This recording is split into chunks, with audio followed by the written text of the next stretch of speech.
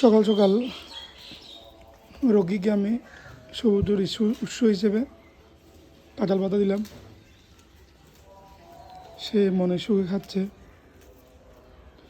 আর যে সময় কাঁঠাল পাতা থাকবে না তখন আমি লতা পাতা এমনি আমার চাষকৃত কতগুলো সবুজ জার্মান গাছ আছে ওইগুলো দিব। কিন্তু ছাগলকে বা তৃণভোজী রোমান্তকের প্রাণীগুলোকে প্রতিদিন আপনার সবুজ দিতে হবে হজম শক্তি বাড়ানোর জন্য আর বিভিন্ন পুষ্টিগুণ বজায় রাখার জন্য শরীরের মধ্যে এই পাতাগুলো দিতে হবে।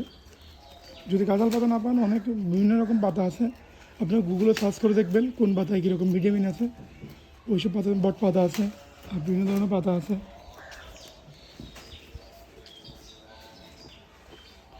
আমার এই ছাগিটাও খাচ্ছে।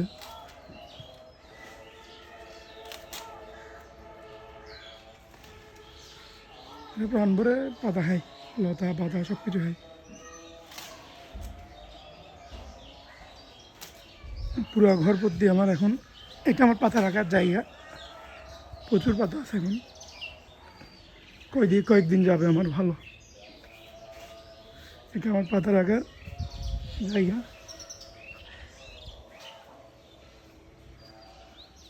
এটা আমাদের পুরো পরিবেশ। আমাদের ঘরের মধ্যে ছাগল বা যে কোনো কিছু পালনের জন্য অনেক সুবিধা, কারণ আমাদের পুরা এখানে 8 ঘন্টা জায়গার মধ্যে কেউ কখনো প্রবেশ করতে পারবে না আমাদের অনুমতি ছাড়া। এই পুরো দেওয়াল আছে। এটা পুকুরটা সংস্কার করব। এটা আমাদের পুকুর, আগে অনেক মাছ ছিল, এখনও আছে। পুকুরটা সংস্কার করতে হবে। একটা এরকম একটা কত সুন্দর বাড়ি দেখেন, বাড়ির মধ্যে পুকুর আছে, আমাদের গেট সব কিছু আছে। এখানে কখনো আমাদের অনুমতি ছাড়া কেউ ঢুকতেও পারবে না। এই আমার ছাগলের ঘর, এটা পুরো আমাদের ঘর। উপর এখনও রেডি হয় নাই। এখানে আমি ছাগল রাখি, এখানে রাখি। এটা আমার ছাগলের রুম, এটা আমাদের রান্নাঘর, এটা আমাদের পুকুর। ধন্যবাদ,